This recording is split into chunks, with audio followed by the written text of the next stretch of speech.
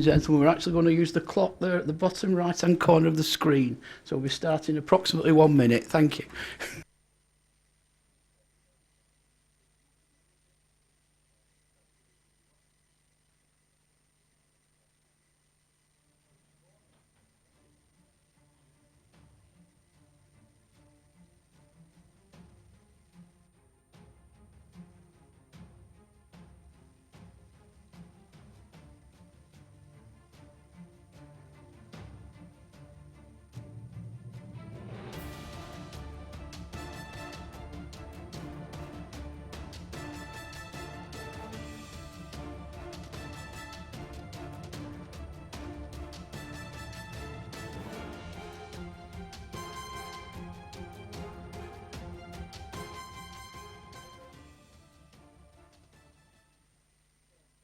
Okay, ladies and gentlemen, sorry, too many mince pies there. It's 6 o'clock, so we'll get the meeting started. Just before we do, as I said, please make sure your phones are off or on silent. If the fire alarm goes off, it won't be a drill, so we'll need to escape by the door to my right in the corner there. You will notice that the meeting's being filmed.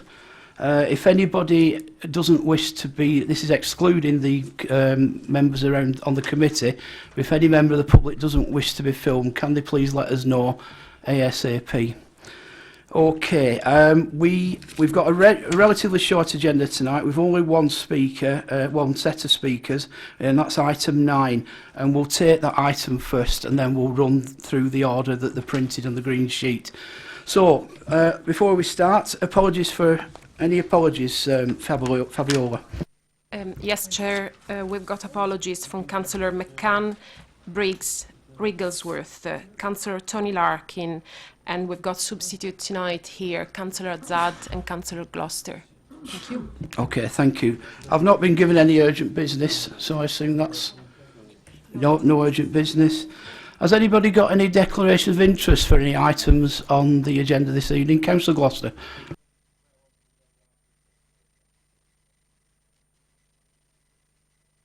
Okay, noted. We've not got any public questions. Minutes of the previous meeting. Can I have move and second? Thank you. Okay. Okay, we'll move into the agenda. As I said, first of all, we'll take item 9, which is pages 33-44 in your book, 317 Rochdale Road.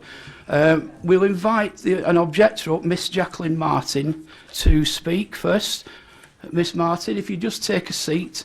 What we'll do first, and then afterwards we have the applicant, Mr Kenworthy. Mr Kenworthy's here. Thank you. Before you speak, Miss Martin, can I just ask the case officer to just run us through the item? Martin. Thank you. This application proposes the conversion of the existing dwelling house into 3 apartments. It also includes associated works, which include the formation of light wells to the basement level to serve part of the proposed living accommodations, the ground floor apartments, and it also includes roof lights within the existing roof planes. 2 off-road car parking spaces, which exist at the moment, are to be retained. It's important to note that when the application was originally submitted, it was for its conversion to 4 apartments. However, one of the units was entirely located within the basement and was to be served by the proposed light wells. Officers, having considered that relationship, felt that it would not provide suitable living accommodation for future occupiers. Therefore, the proposal is for 3 residential units within the existing dwelling, rather than the 4 originally applied for. The dormers that form part of the original scheme have also been removed, and officers have re-notified neighbours, given a further period of 14 days to comment on any changes. The main issues for you to consider tonight are the principle of the proposed development, the character and appearance of the development, the impact on residential amenity, and its design and relationship with existing properties. Thank you. Okay, thank you, Martin. Okay, Miss Martin, when you're ready, if you want to, don't worry, When you're ready, if you just press the button on your microphone, it'll go red. That means you can talk. You've 3 minutes. When you've 30 seconds left, we'll remind you. Then afterwards, it may be that the committee members want to ask you a question. So, okay, when you're ready.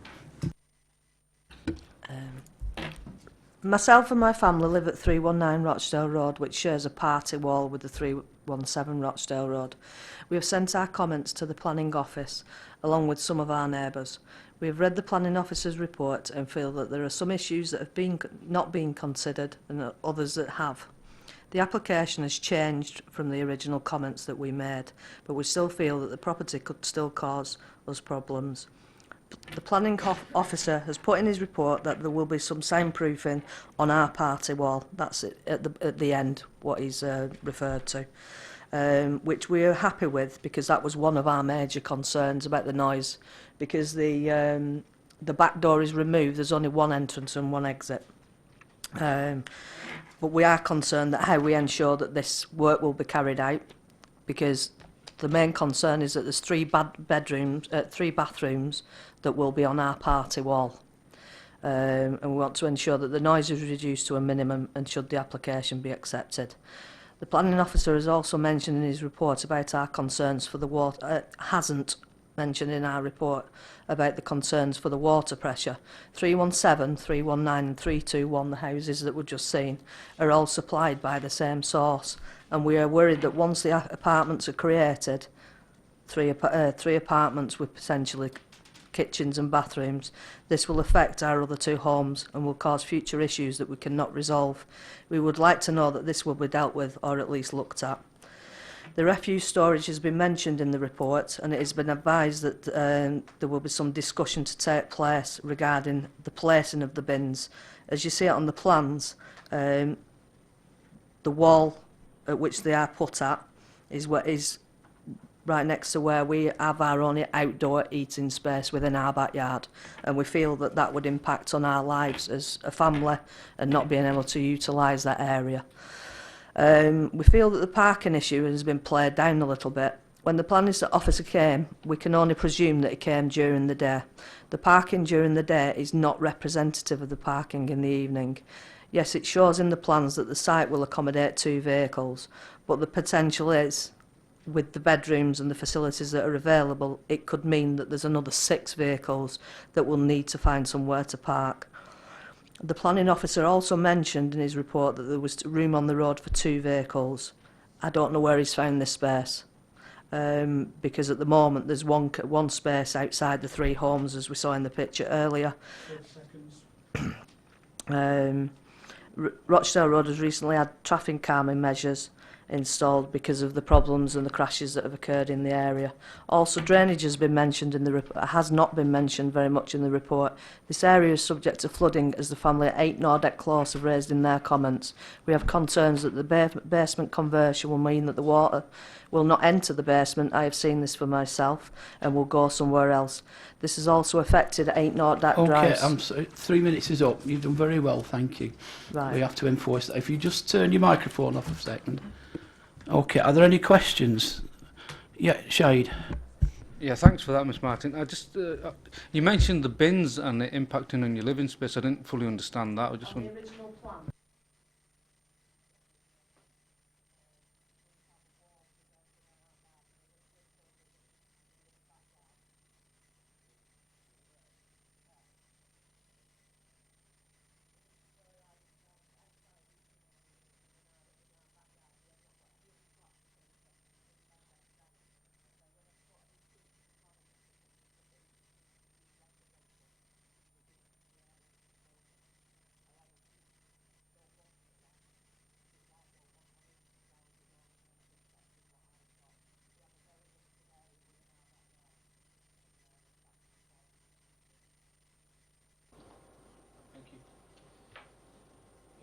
Do you mind to explain me about the water pressure? Is it a joint line or the separate for the within water? The 3 Used to buildings, so the one that the resident that we're on about at the moment, which is 317, Yeah. we're in 319, and then there's 321. There's 3 separate buildings. Is the water joined together or Yeah, is separate? because the stop tap outside is outside 317, then that turns off the water for those 3 houses. So So we're concerned that unless something is done with the pressure, then the feed will be affected. Maybe we can speak to the officers about that shortly. Stephen?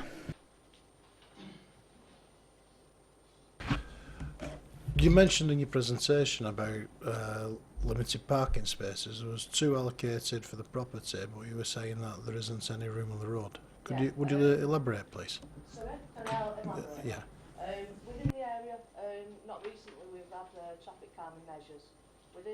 Even though the road itself is very wide, if you went now when everybody's home from work, the fact of you getting a space is probably very limited. Now, the application represents 2 parking spaces within that area, but if it's becoming 3 apartments, then the potential for me is that there's another 6 people that could have cars. They might not do, they might have bikes as represented, but ultimately we could end up with another 6 cars, possibly 4, that are wanting to find somewhere to park. Now, the planning officer did mention that there's a space behind the houses that are adjacent on the road, behind the car park, that's full as well. Now, we did, in my time of being there, which has been like 15 years, 20 years, we've had at least 3 cars written off in just that area, because when people are parked in, it creates like a bottleneck. So our concern, and probably most of the people that have put their comments in, have said about the parking issues that would be raised, the potential. It may not happen, but the fact is we need to think about the potential for everybody else to be affected. So the side of the building where on there, here, you have yellow lines. We have a car ourselves that was parked. Mrs. Buckler next door has a son that comes to aid her every day because she's not well. So therefore, there may be 2, but we're going to open that up to be able to allow them cars in, and there's only 1 there. And that's our concern. Sean? Yeah, when you referred to noise from next door, you referred specifically to the bathrooms that are going to be created for the Also flats. as well, they're coming and going. Right, okay. Well, on the bathrooms bit, what rooms in your house are adjacent to the bathrooms that are proposed? The layout for the inside of the 317. Right, so that. So our house is here. It doesn't run to the same formation as this hall. Our stairs run that way. So we have our front room, our dining room, and our extended kitchen. So our dining room will be affected by that bathroom.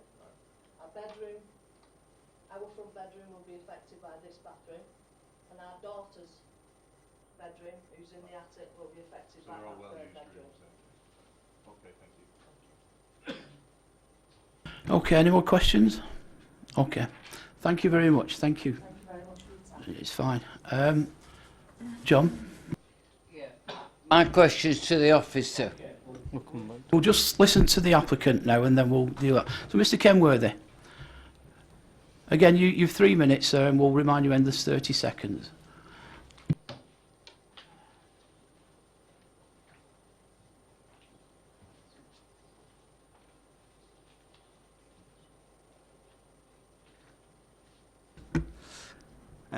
I'll try and be direct and address the points that Jackie's brought up and the planning officer. The formation of the light wells, that's just a reinstatement of the existing original light wells. This water supply that's a concern, it sounds like it's on a joint lead main. It'd probably be better if we put a new alkathene pipe in, a new water main, so then that'd make the other 2 properties independent to that property. There'd only be 2 fed off the lead main, not the 4 properties that she's saying.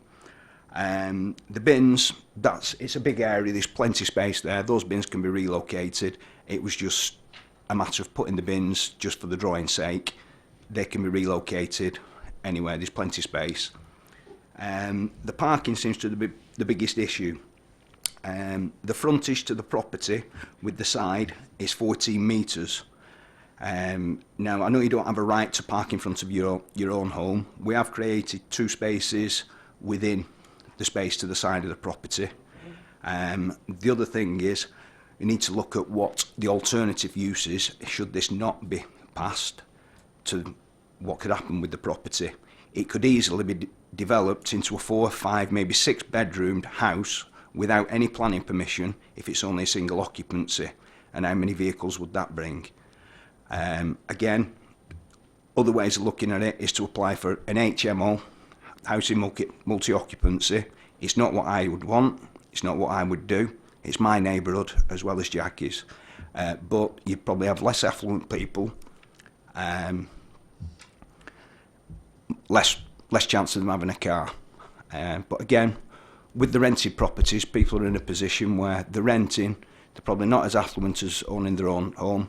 They may not have cars. I think it's wrong to assume that they'd have 6 cars. I'm not saying they won't have any cars, but we're looking at, my wife works at the hospital, and she knows people that work at the hospital, it's local, that are struggling to get accommodation in a decent area. Royton is a nice area. We're trying to make single properties that they could rent and it'd be in walking distance to the hospital.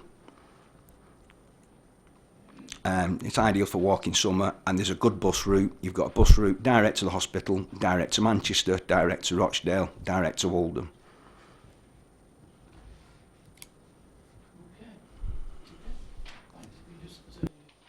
Any questions for Mr Kenworthy? Shade, and then Chris. Yeah, thanks for that, Mr Kenworthy. You've addressed most of the points that Miss Martin raised, but the noise, you didn't mention anything about the noise, you know, with the adjoining building. Yep, I'll go back to that.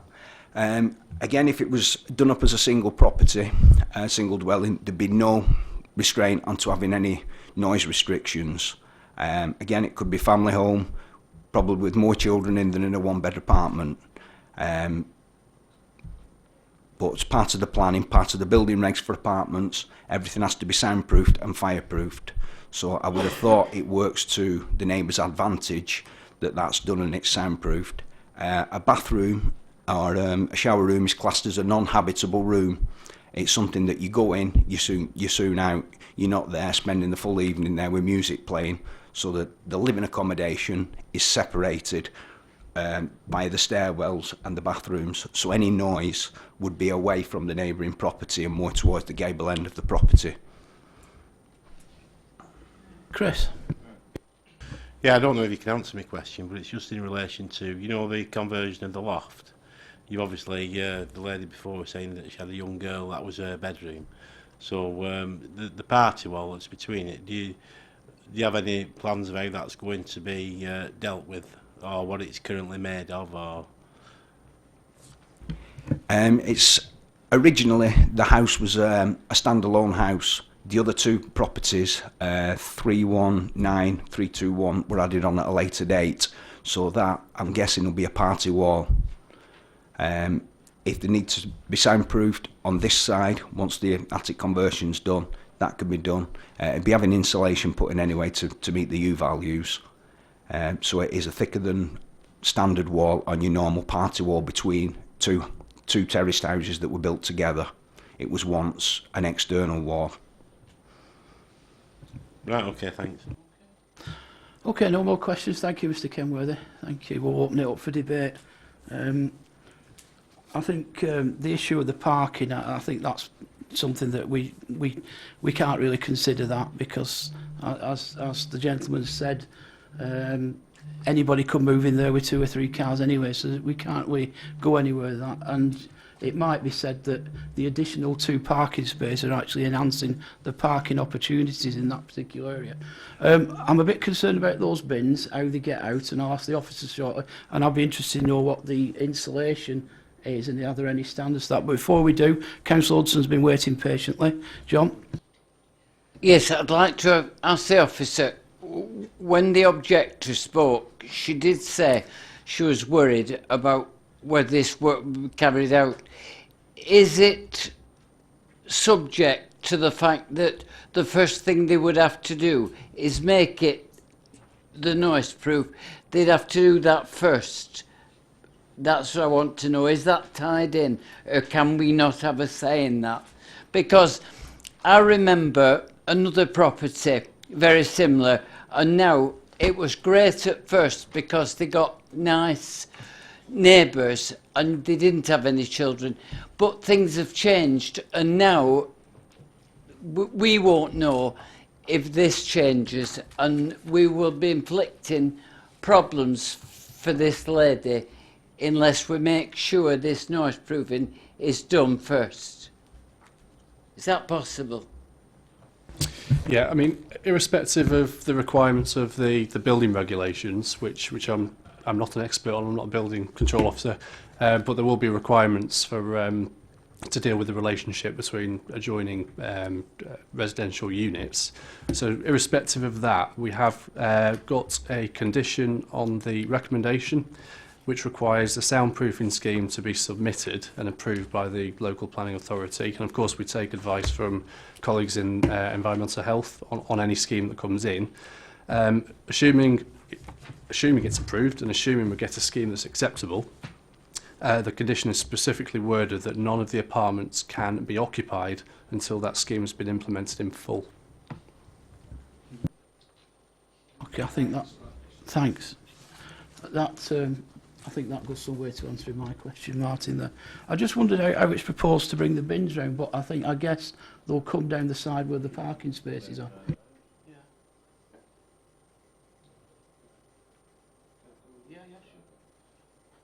Yeah, you'll see on the site plan there, the bins are shown to the rear in the corner.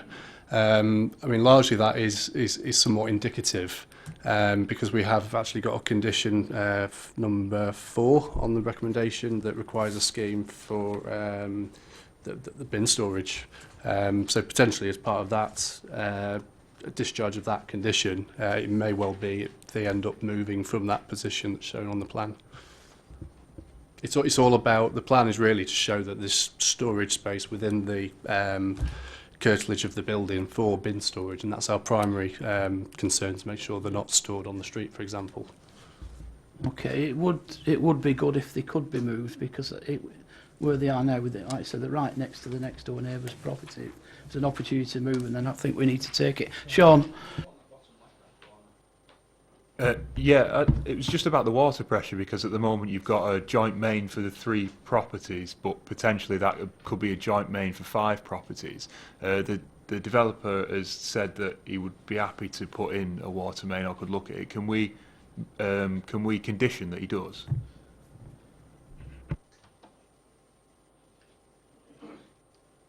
No, unfortunately, I don't think we can. Presumably there will be a requirement for them to negotiate or to apply for permits from presumably United Utilities in arranging a water supply.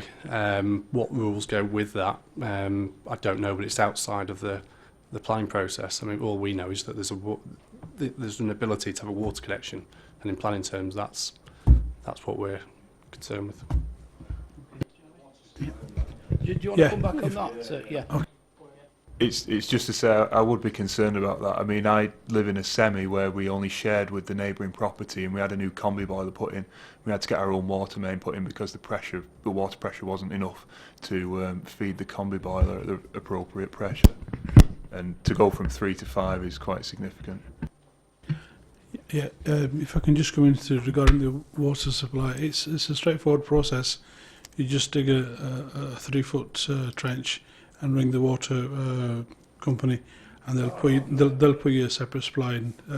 I've had that done at my house, straightforward, so there's no issues there.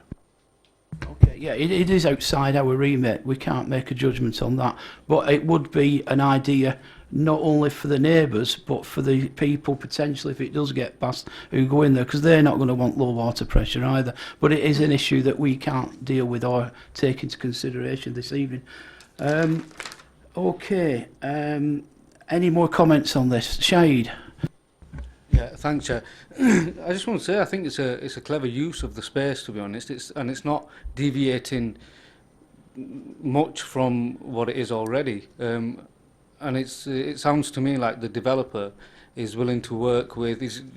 I think he said he lives in that community as well, and willing to address the concerns. I just think it's with the demand for housing, that effectively creates 3 more sets of accommodation. So I just like to move officer recommendation. Okay. Have we got a seconder for that? You second that. I think it is regrettable that a large family home gets turned into these flats, but there is a demand for them, and this is far better than other potential uses that we could be faced with here with a property of this size. It does introduce an element of change into the existing community there, but I think in planning terms it's perfectly acceptable. We've nowhere to go with it. But I think that level of development should be able to be accommodated by the neighbours, and particularly with the developer willing to work with the neighbours as well. So it's been moved and seconded for approval as per the officer's report. All those in favour? Anyone against? One against. Any abstentions? No. That application is approved. Okay, what we'll do now, we'll go run through the agenda as it's printed. We'll go. There's no more speakers, so the next one is item 6, page 11 to 18. It's the Old Chadderton Police Station. So if we could have a quick outline of this, please.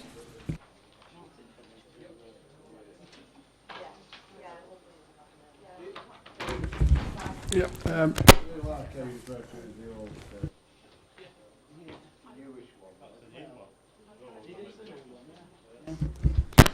Okay, yeah. This application proposes the erection of a two-storey extension to the north of the site following the partial demolition of the existing single-storey rear extensions. It's also proposed for associated works to take place, which includes certain landscaping works and a vehicular entrance from Gateway Crescent. The site is located within a designated business employment area and adjacent to the Rochdale Canal, which itself is a site of special scientific interest and is part of a special area of conservation. The principle of the proposed development is considered to be acceptable having regard to the site's allocation. However, be mindful that it's near a triple SI, which is the site of special scientific interest, and the special area of conservation. We have consulted with the Greater Manchester Ecology Unit, Natural England and the Canal and River Trust, none of who have raised any objections subject to the imposition of certain conditions which are on the recommendation.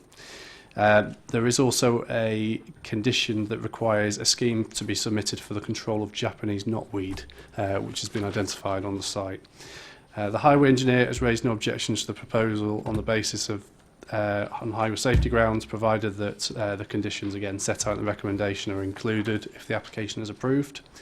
The site's not located close to any residential properties, and therefore the impact on residential amenity is not really a concern in this instance.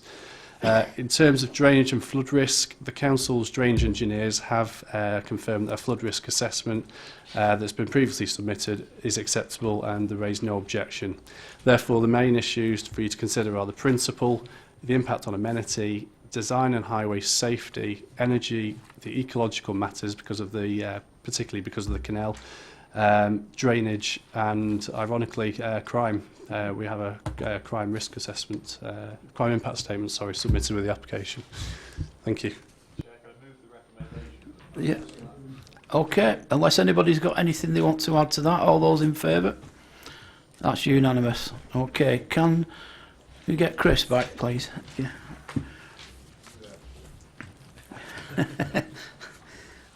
Okay. There is a lot of Japanese knotweed on that side, isn't there? All around it. That is, that industrial estate around there. It's all over the place there. I know because in the previous job I went to look at a building to price up a fire alarm and it was full of it in the back.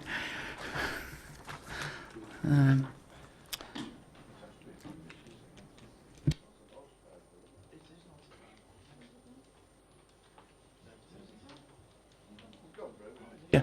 Okay. Item 7. This you again, Martin. Yeah. All right. This application at 95 Elm Road, it's a householder application, and normally, as you know, these don't come to planning committee. However, in this case, it does because I'll come on to why in a moment, but we're recommending that it's subject to a Section 106 legal agreement, and that's the reason for bringing it to you tonight.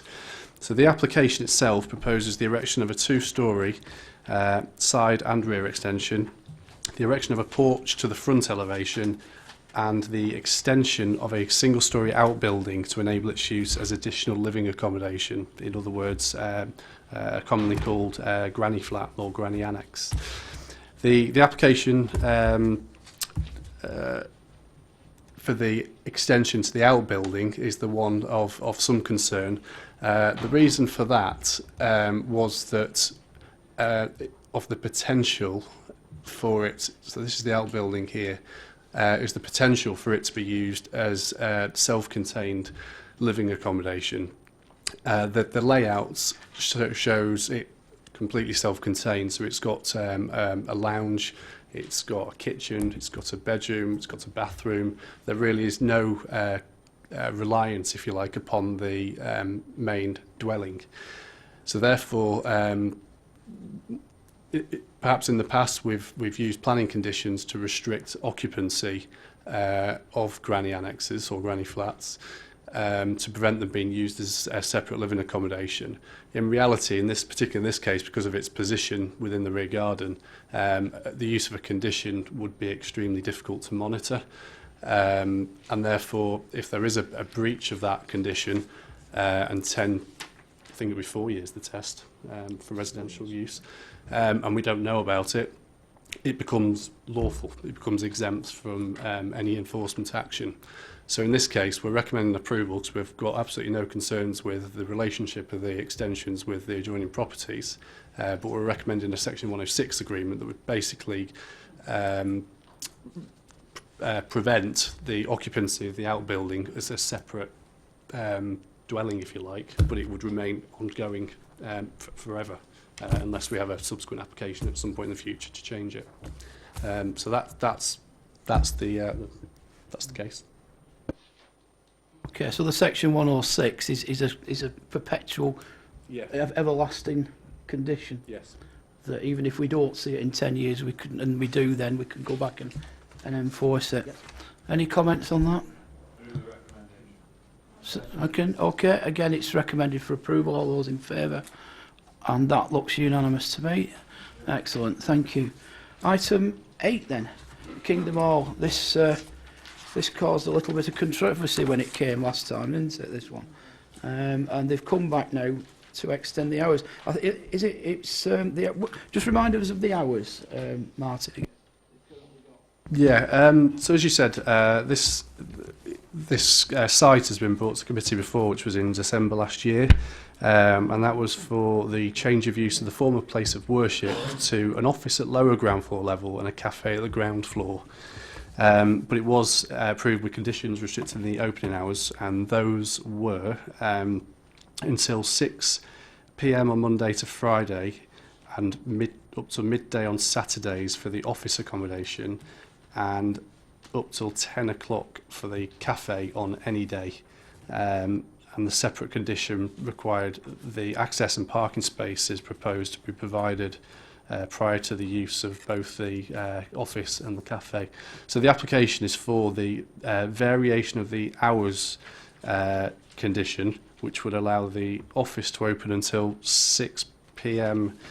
Monday to Saturday, and allows the cafe to open until 2 a.m. Each day. And the application also includes the complete removal of condition 6, which is that required the car parking facilities. Thanks, Martin. We've got John first, then Sean. Well, I thought the hoo-ha last time was unreasonable, and I think it proved that, and I can't see any problem with this whatsoever, so I'm going to move the recommendation, Chairman. Okay, it's been moved second, but Sean? I mean, it's a pity the applicant's not come, because I just want to ask what are they going to be doing until 2 a.m. every day, really? And, you know, we're not going to provide parking. There's no public transport at 2 a.m. and I'm not sure I'd want to be walking around in an unlit area of Oldham, but, you know, the vote's been moved and seconded. Yeah, I mean, I'd be concerned about the safety. It is really at the back of beyond. However, on the late list, the police have said they don't have an objection in principle, so, you know, there's nowhere to go with that. Martin, did you want to? Yeah, I was just going to basically summarise what you've done there. We've got to be mindful that this is a town centre location. So in planning terms, it's in a highly sustainable location, and we simply cannot insist on the provision of parking to serve the use. Officers did have some reservations, if you like, about the potential for crime. And we have consulted the police, who've come back and said they've got no objection on the basis of potential crime. So without that backing, we can consider the opportunities for crime through design and through our local environment policy, which is policy 9. But without the backing of the police, I mean, objecting, we feel unable to do so. I'm still uncomfortable with it, but Vita, yeah. A concern of mine really is about being open at 2 o'clock in the morning if it's a cafe for 7 days a week, because at the end of the day cafes don't open till 2 o'clock in the morning. I mean, I don't think there was anything wrong with the timing originally till 10 o'clock, but 2 o'clock in the morning, it's a dark area, it's very suspicious what's going on down there. What are you doing at 2 o'clock? There's no alcohol there. Even if it is town centre they sell drink, so we know what's going on in the town centre, and it's lit up. So I would have concerns with this.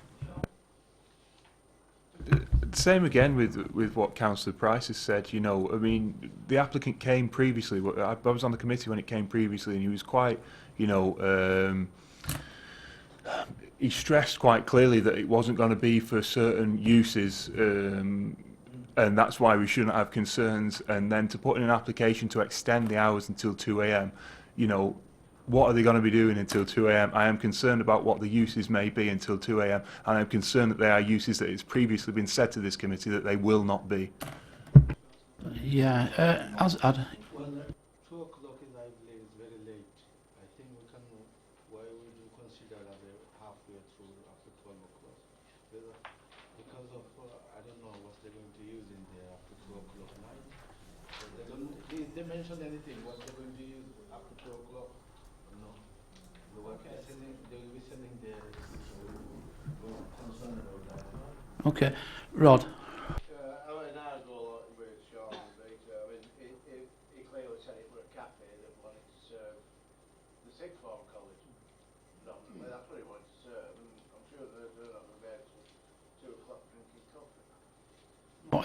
It's been suggested that maybe we run a trial on it and grant permission for 12 months, see how things pan out.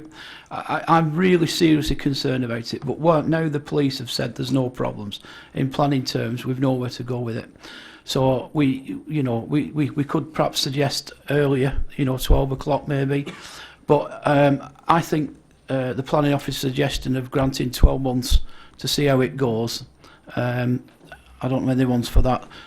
Shahid? Yeah, just to shed some light on the early hours, because I do use Coffee Kingdom and I know the lads as well. I think it's more to accommodate taxi drivers and late night takeaways, because there is another cafe somewhere. Well, I've known them for donkey's years, to be honest. So it's not. I didn't consider it to be a conflict. Are you expressing an interest in that would affect your position? No. I'm just saying, I know why they want to open until 2 in the morning. It's to accommodate taxi drivers and takeaway workers. Because they tend to meet in certain places and have a chat and have a coffee and something to eat. So I think the actual use of it, we need to be very careful here, because we can speculate on the uses. It's not our job to do that this evening. We have genuine concerns over the safety because of the location and the opening hours. Rod, did you? Okay. Yeah. Okay. Because you're in support of something that somebody you know, and you declare an interest. Well, I've just I'd declare an interest with my friend. If Chris here were applied for planning commission, I wouldn't sit on the committee. I did declare an interest the first time it came round. Okay, all right. And I did vote just in through the that, chair. Steve, you just want to say something? Sorry, Chair. Yeah, but I mean, just to be absolutely clear, I think we obviously don't know what the use is other than what Martin's put there, although there is a very clear permission, reminder from the condition 3 that says they can only be used for the uses concerned, no shisha bar use. So remember we dealt with that as condition 3, so I think that's important. The second thing is, I'll be blunt, officers realise that is quite an isolated location. It's quite dark down there. Officers were surprised that the GMP didn't come back and raise at least some issues on that, and therefore I made the suggestion to the chair, and he's obviously put it to you, that if there was concern about that, we've obviously got to take the operator at his word. But if they were concerned, and you might want to review that, it was probably a very sensible position to take, saying grant permission for 12 months. You can review that. If there are any problems, then obviously you can deal with it at that stage. But it would be difficult for us to turn it down right now because of the because of the police position saying there isn't an issue, and obviously we are kind of speculating on potential antisocial behaviour, and I think the 12 months would be a sensible compromise between positions, and therefore I'd suggest that might be something that you might want to consider. Thanks. I mean, I'd support the 12-month trial that Steve has suggested. As the person that's been speaking against it in effect, I suppose, but I don't know what the procedure is with the vote having been moved on the recommendation without the trial period. Well, we haven't actually taken a vote yet, so we what we can do now, I can put that to the committee, so I'll move at 12 months.